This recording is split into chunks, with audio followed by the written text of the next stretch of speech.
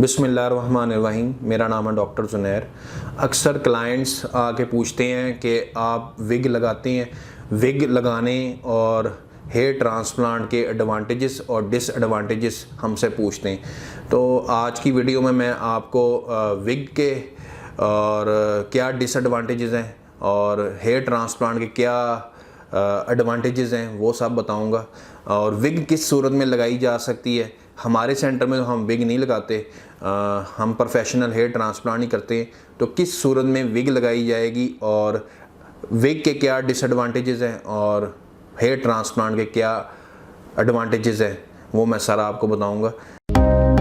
अगर आपने अभी तक हमारे चैनल को सब्सक्राइब नहीं किया तो फ़ौरन सब्सक्राइब के बटन पर क्लिक कीजिए और साथ ही घंटी के बटन को दबाना मत भूलिए ताकि आपको हमारी आने वाली वीडियोस बर वक्त मिल सके। शुक्रिया।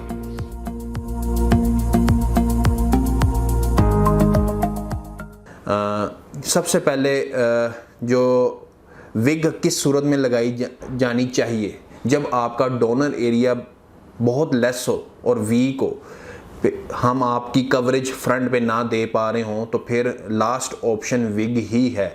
अगर आपका डोनर एरिया अच्छा है, आपने पहला हेयर ट्रांसप्लांट कराना है, तो फिर आपने फिर विग का कोई फ़ायदा नहीं, क्योंकि विग लगाने से आपके ये जो फ्रंट के बाल होते हैं, अगर आपकी बाल्डनेस ग्रेड 3 की है या ग्रेड 4 की है, तो आपकी बाल्डनेस बढ़ती बढ़ती विग लगाने से ग्रेड 6-7 तक आपकी बाल्डनेस पहुंच जाएगी।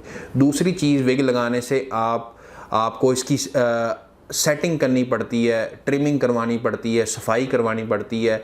और तीसरा इसका डिसएडवांटेज ये है कि आप नमाज नहीं पढ़ सकते, नहाने में आपको मुश्किल आ सकती है, मसा नहीं करते। जब तक आप मसा नहीं करेंगे आपकी नमाज कबूल नहीं होगी। तो लोग अक्सर इस चीज़ से भी परेशान होते हैं कि विग लगाएंगे, नमाज कबूल हुई या नहीं हुई, नहाने का मसला भी होता है। चौथा डिसएडवांटेज इसका आ जाता है कि आपको स्किन इन्फेक्शन हो सकती है अगर आप प्रॉपर अपनी स्कैल्प की सफाई नहीं करवा रहे और कोई पायोडीन से अपनी स्कैल्प की सफाई रेगुलरली नहीं करवा रहे।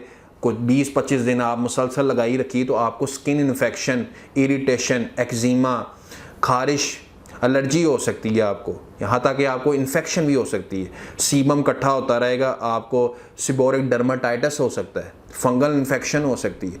तो ये कुछ डिसएडवांटेजेस हैं। कॉस्मेटिकली विग हम तभी लगा सकते हैं जब आपका डोनर एरिया बिल्कुल नहीं है, बहुत लेस है, फिर हम आपको एडवाइस करते हैं कि कॉस्मेटिकली आप विग लगवा लें।